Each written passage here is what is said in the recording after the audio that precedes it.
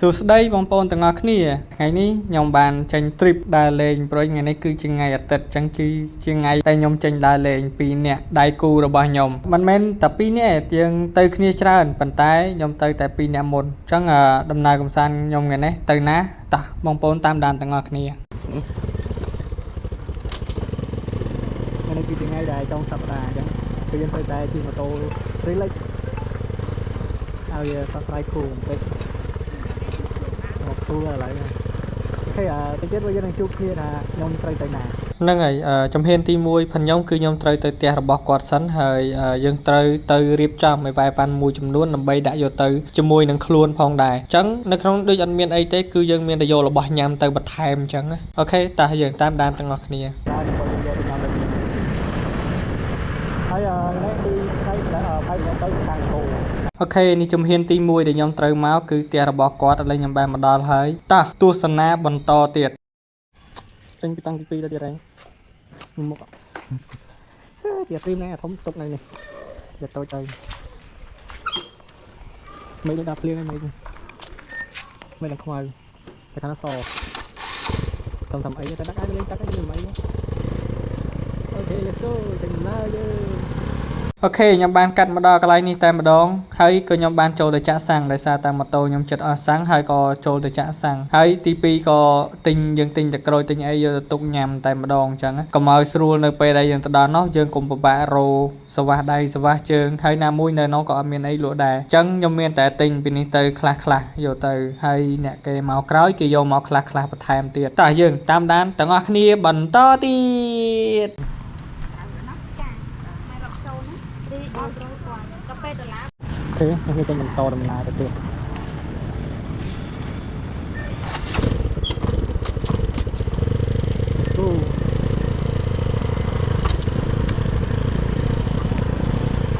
្ទៀងគោពិតជាស្រស់ស្អាតខ្លាំងមែនតើបាទប៉ុន្តែមកទឹកបើយើងចំណាយពេលឲ្យខ្លួនឯងម្ដងពិតជាល្អខ្លាំងមែនតើអញ្ចឹងខ្ញុំលើកទឹកចិត្តឲ្យបងប្អូនគ្នាបានមកទឹកមកលេងម្ដងកន្លែងណាក៏បានឲ្យដល់បងប្អូនទៅដើរវាជាកន្លែងមួយដែលពួកបងប្អូនតាំងប្រេះបាទគឺសប្បាយយ៉ាងដែរពេលយើងមកបែបនេះអូជួបជាមួយគាត់ជិះម៉ូតូទៀតអែបគាត់ទៅចិត្តខ្ញុំទៅចិត្តគ្នាហើយឡាយតាមពិតទៅខ្ញុំឃើញគាត់ជិះម៉ូតូបែបនេះខ្ញុំសប្បាយចិត្តទេអូខ្លាំងមែនតែពេលយើងមកបែបនេះគឺអូដៅខ្ញុំថ្ងៃនេះខ្ញុំចង់ប្រាប់ទៅកាន់បងប្អូនថាខ្ញុំទៅនឹងពីតកែវពីប្រាសាទតកែវ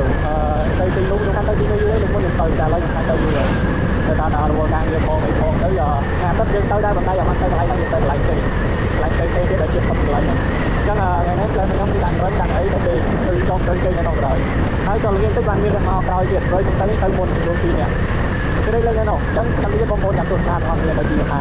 យើងមានប្រសាទហើយណាចុះបងប្អូនទៅទីនេះគាត់គាត់បានដឹងថាទៅនៅទីនោះវាយ៉ាងម៉េចតាមបណ្ដាហើយទឹកលេងយ៉ាងម៉េចអូខេចាំតិចទៅយើងជួបគ្នានៅនោះ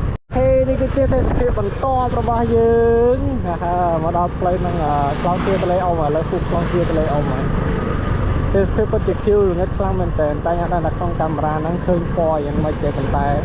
ខ្ញុំមើលពីក្រៅនេះគឺខៀវខ្ចីខ្លាំងមែនតើទេសភាពតាមផ្លូវខ្ញុំគិតថានៅក្នុងកាមេរ៉ានេះគឺបងប្អូនអាចមើលឃើញទេសភាពដ៏ខ្ចីស្រឡាងដល់ដែរព្រៃខ្ញុំមើលមកឃើញខ្ចីខ្លាំងមែនតើឃើញឡើងខ្ចី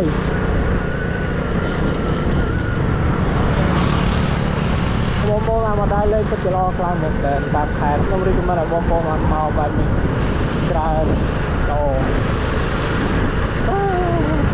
refresh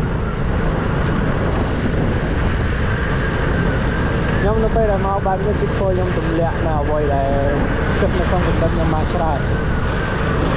ខ្ញុំទម្លាក់ពីមួយរយៈទៅមួយរយៈអត់ធ្វើយើងគិតបន្តទៀតទេ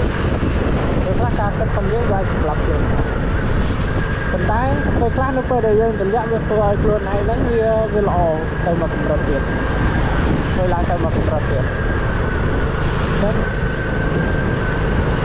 យើងនឹងទស្សនានៅកន្លែងស្ពានប្រាសាទតកែវហ្នឹងផងជួយជ័យ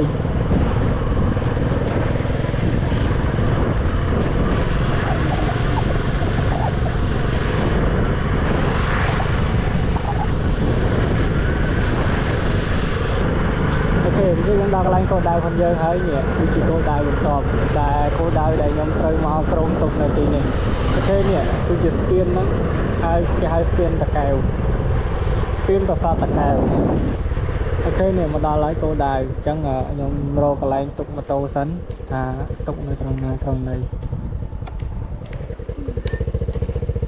lên spin nữa hey បងប្អូនអរគ្នាឈប់